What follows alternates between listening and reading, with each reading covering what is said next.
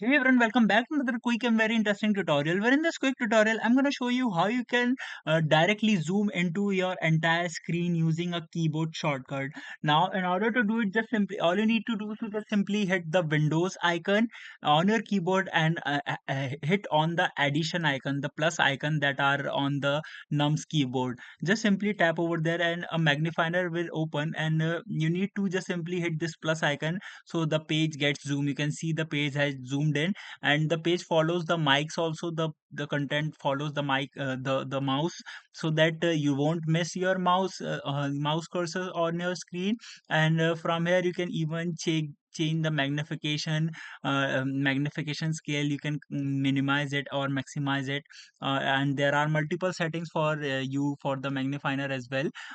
So by this method you can easily zoom into your entire screen using just a window, using just a keyboard shortcut. All right, so that's it for this video. I hope this video will be helpful for you. Make sure to hit the like button and subscribe button for more such helpful and interesting tutorials. See you in the next one. Take care.